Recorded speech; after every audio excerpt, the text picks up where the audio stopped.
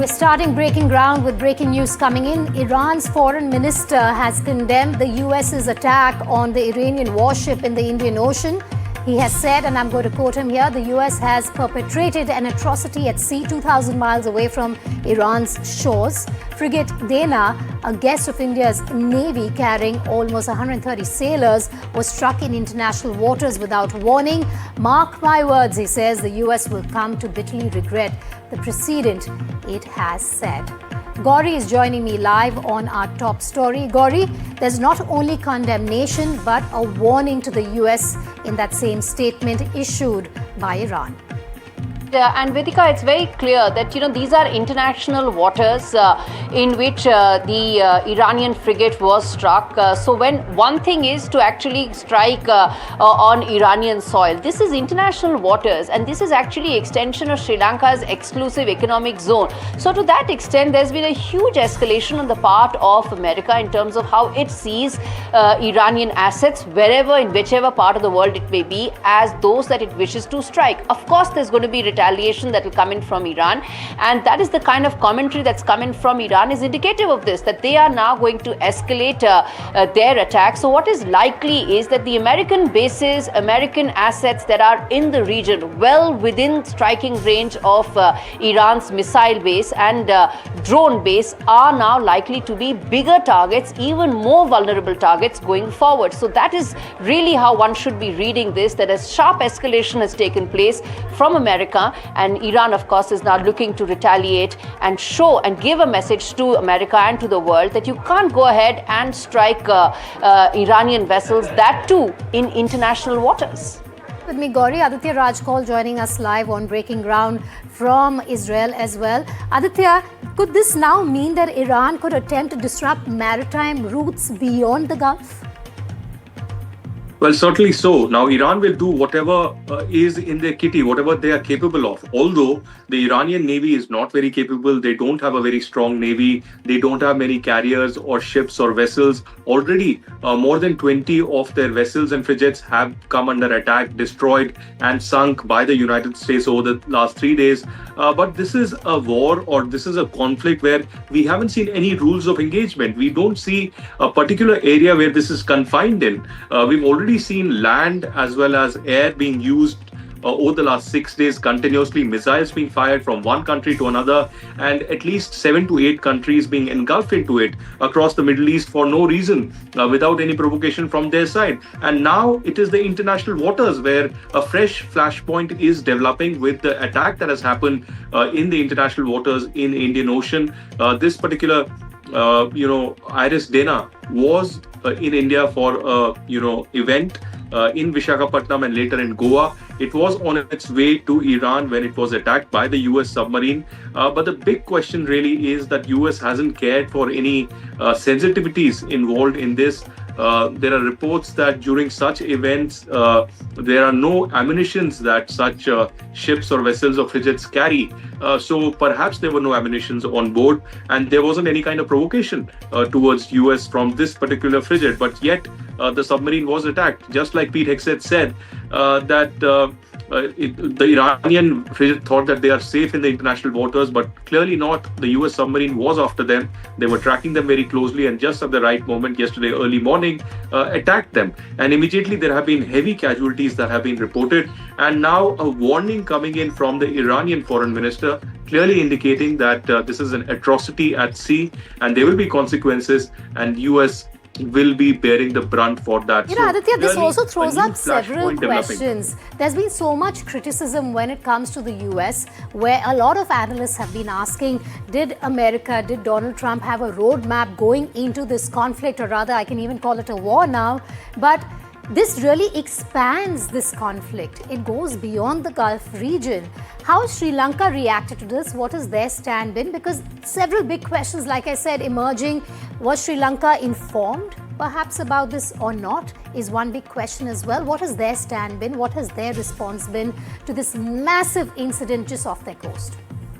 Well, Vedika, firstly, I don't think the US is in a habit or on a protocol to inform anyone, be it the Indian Navy or the Sri Lankan Navy. In this particular case, I think they would have been waiting for them to enter the international waters and then attack. to not violate any other, sections, etc. But talking about Donald Trump, I think he has given a free hand to his forces. He has given a free hand to both the Department of War as well as the CIA and other wings of the government that are involved in this Operation Epic Fury over the last 6 days. And there is only reaction that is coming from the Sri Lankan Navy spokesperson, Commander Sampath, is the fact that a distress sign came in early yesterday morning, and immediately the Sri Lankan Navy tried to reach the spot, and they found rafts. They found some people over those rafts and also dead bodies lying all around. And immediately they swooped into action and rescue operation was started. But many casualties now being reported. We don't have the exact number yet. Perhaps the Sri Lankan Navy can release a fresh statement later in the day. But this is a new flashpoint that is developing. The conflict in the Middle East is not restricted to land and air in this particular region of the Middle East where I am right now, but also now to the international waters. The Strait of Hormuz had become a flashpoint where Iran had begun a blockade, not allowing any other oil tankers or ships or vessels to pass by. And now it does seem international waters is also the new flashpoint where the US submarine is attacking Iranian ships and vessels and frigates all across and making the Iranian Navy completely incapable of surmounting any attack or having any kind of a blockade in place. All right, Aditya, Rajkol and Gauri, thanks for joining me live there. That's a big story we're tracking here on Breaking Ground. The responses from all stakeholders, of course, will be here first on Breaking Ground and NDTV that we will be bringing to you. Several crew members aboard an Iranian ship were killed after an attack by US submarine on the Indian Ocean. At least 87 people were killed in the torpedo attack. Sri Lankan authorities have rescued over 30 people who have been hospitalized. US Defense Secretary Hegseth confirmed the strike at a press conference in Washington, D.C., calling it the first sinking of an enemy ship by a torpedo since World War II. In the latest, Iran foreign minister has called it an atrocity and has warned that the United States of America will bitterly regret this. Iris Dena was returning from India after participating in the 2026 International Fleet Review in Visakhapatnam when it was reportedly attacked and later sank off the southern coast of Sri Lanka. An American submarine sunk an Iranian warship that thought it was safe in international waters. Instead, it was sunk by a torpedo. Quiet death. The first sinking of an enemy ship by a torpedo since World War II. Like in that war, back when we were still the War Department, we are fighting to win. While doing search operation, we found people floating on the floating in the water and rescued them. And later on, subsequently, when we inquired them, we found that those people are belonging to the Iranian ship, and we understood that they need prompt medical attention, and we swiftly transferred them to the Karapitiya Teaching Hospital, and right now they are undergoing medical treatment. We could not find the ship, but we found slight oil patch and the floating life raft in that particular area, and also we have found some dead bodies in that particular area, and we suspect these bodies are belongs to the same ship because we found these things in the particular search and rescue area.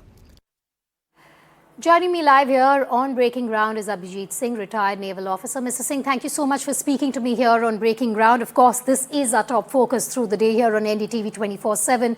My first question to you, sir, a US torpedo strike on an Iranian vessel in the Indian Ocean marks a significant escalation. What does it tell us about how the geography of this conflict is now expanding, sir? Well, this is certainly an escalation of sorts and a very uncomfortable escalation for India. The fact is that this particular vessel was on a naval diplomatic mission.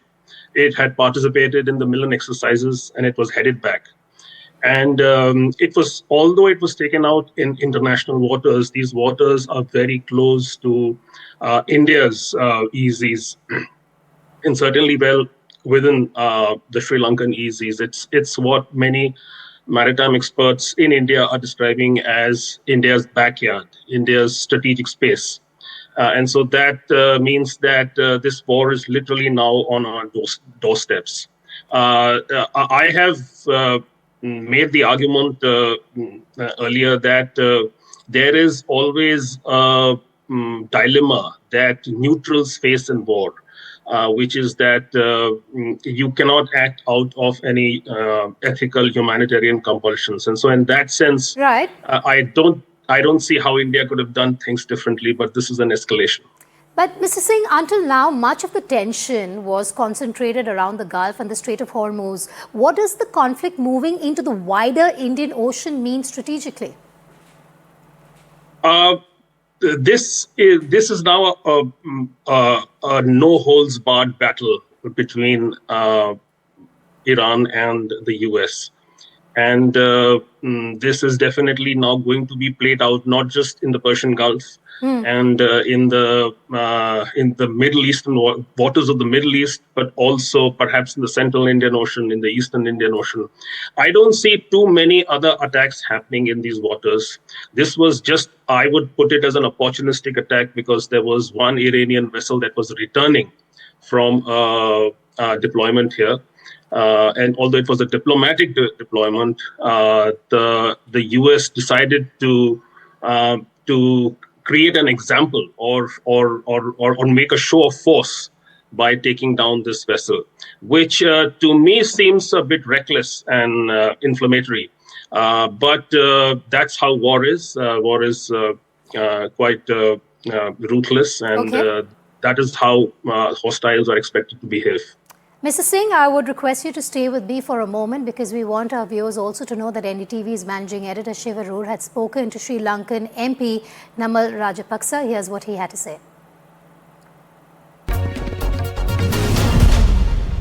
A warship transiting international waters and being sunk. Your country's Navy has rescued many of the people in this ship that has been sunk by a US Navy submarine. How do you see this, Namal? Welcome. Well, thank you very much. Yes, indeed, because as you correctly stated earlier, the war is happening miles away, and we can see movements in the Indian Ocean and just 40 nautical miles from the Gulf in Sri Lanka. So, which is a serious concern for Sri Lanka and also Indian Ocean, and I'm sure for India as well, as to national security and how these movements are happening, especially that vessel being a guest of the Indian naval exercise. And at the same time, I think the government of Sri Lanka must answer to the people of Sri Lanka and to the rest of the world whether they were aware of this particular situation or this particular attack on this vessel, or they were kept on dark. If they have been kept on dark, then they have to bring this up with the relevant authorities and especially with the United States. And if not, if they were aware of this kind of movement in the Indian Ocean and also in the Sri Lankan economic zone, or the EZ, we call it, of the international waters, then the government must make sure that they inform this properly to the Sri Lankan people and also, have a proper broader dialogue with the regional partners as well. Do you think this needs to be taken up with the United States, the fact that it's happened, just off the coast of your country? Yes, in international waters, but like you said, in the EEZ, that has many strategic and security implications, Namal.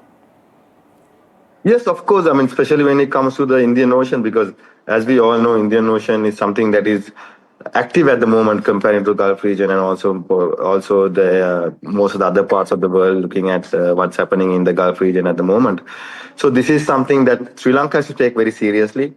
If the government had a dialogue with the United States and they were aware of this particular action, then they had to make sure why they kept it as a secret from the public and the parliament, and how they got into that agreement. If not, how come such an operation take place in our waters in the Indian Ocean without our knowledge? And this is something I believe the government of India and also the the Asian region has to come together and look at and to take this particular incident very seriously. All right, so why is this such a big incident strategically, geopolitically, this new twist in the Middle East war? Why is it so big? Firstly, it marks the Middle East war spilling outside its core theater into the Indian Ocean region, which in itself has massive implications.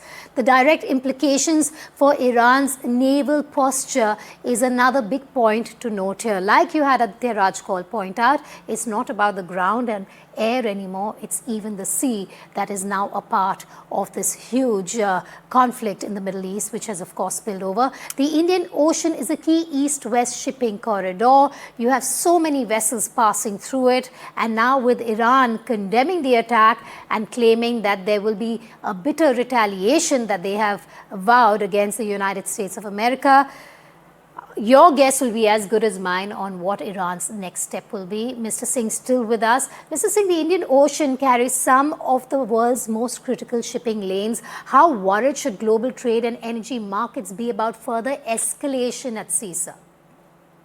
I think global energy markets should be very worried because this, what we've seen just over the past 24 hours is a massive escalation in what could happen now in the Indian Ocean. As I said earlier, that I do not foresee too many attacks happening in the Eastern Indian Ocean, primarily because the Iranian Navy might not have too many assets in this part of the world. But this definitely tells you that the shipping lanes close to the Gulf of Hormuz definitely are going to be targeted. And this means that energy flows will definitely be impacted by this conflict. Mr. Singh, thank you so much for joining me here on Breaking Ground. Appreciate your perspective and your time.